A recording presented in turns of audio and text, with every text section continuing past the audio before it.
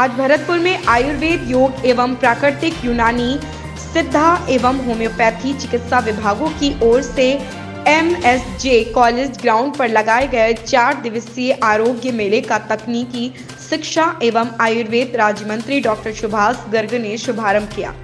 कार्यक्रम की अध्यक्षता नगर निगम के मेयर अभिजीत कुमार ने की, जबकि विशिष्ट अतिथि के रूप में आयुष विभाग की शासन सचिव विनीता श्रीवास्तव, सर्वपल्ली डॉक्टर राधा कृष्णन, राजस्थान आयुर्वेद विश्वविद्यालय के कुलपति प्रदीप प्रजापति, जिला कलेक्टर आलोक रंजन, आयुर्वेद विभाग के निदेशक डॉक्टर आनंद शर्मा, होम्योपैथी के निदेशक डॉक्टर रेनू बंसल, यूनानी के निदेशक डॉक्टर फयाज अहमद, आयुष विभाग के विशेषाधिकारी गिरधर गोपाल, मेले के नोडल अधिकारी डॉक्टर सुशील पाराशर, सहायक नोडल अधिकारी महेंद्र गुप्ता उपस्थित रहे।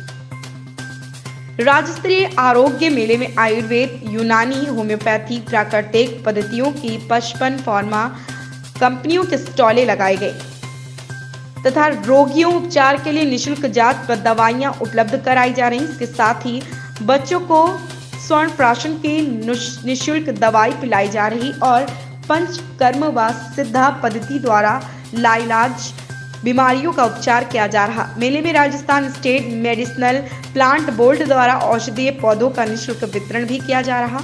आयुष मेले में राज्य कर्मचारियों व सेवानिवृत्त कार्मिकों को दवाइयां उपलब्ध कराने के लिए RGHS की सुविधा भी मुहैया कराई गई। मेले में प्रतिदिन योग व प्राणायाम का प्रशिक्षण दिया जा रहा। प्रतिदिन साय के समय सांस्कृतिक कार्यक्रम का भी आयोजन हो रहा। मेले में आमजन आगामी 27 नवंबर तक प्रतिदिन प्रातः 11 से 8 बजे तक लाभ प्राप्त कर सकते हैं।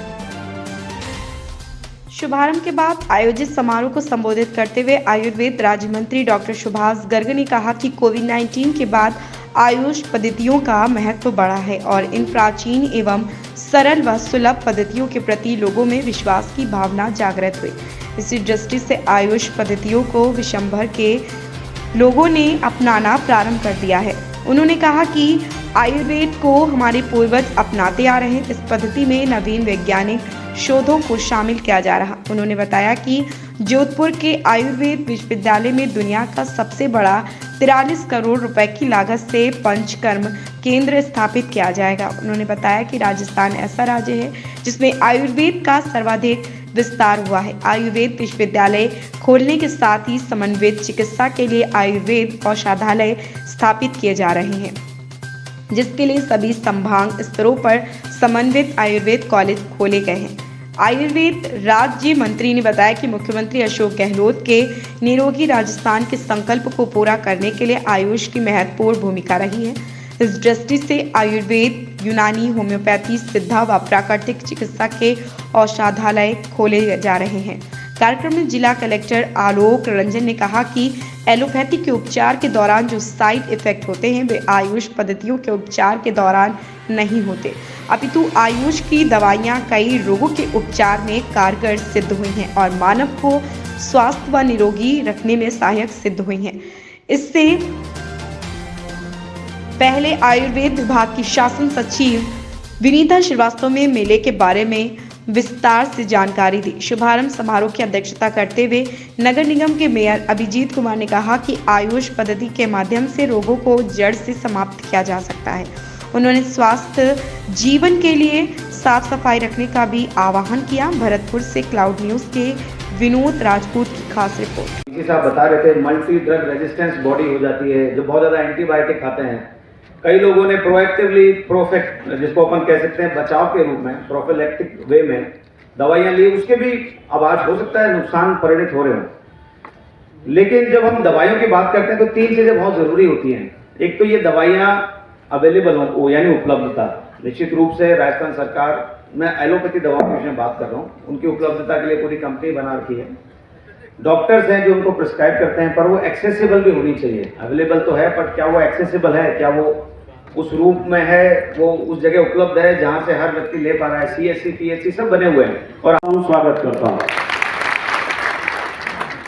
कि जिनके आगमन से, जिनकी उपस्थिति से आज इस कार्यक्रम की शोभा बढ़ी और इस आरोग्य मेले का जो उद्देश्य है उस उद्देश्य को हम प्राप्त करने में सफल हुए।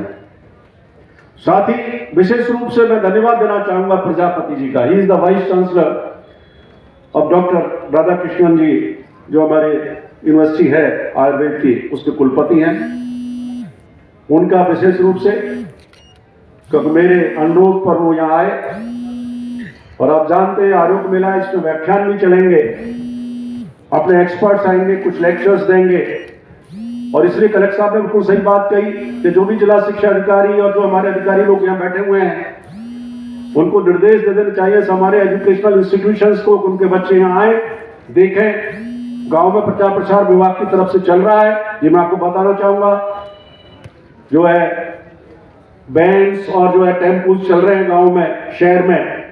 इस आरोग्य मेले का प्रचार प्रसार जितना अधिक होगा उसका हम अधिक लाभ उठा पाएंगे। लेटेस्ट अपडेट पाने के लिए हमारे चैनल क्लाउड न्यूज को अभी लाइक करें, सब्सक्राइब करें और बेल आइकन दबाना बिल्कुल ना भूलें।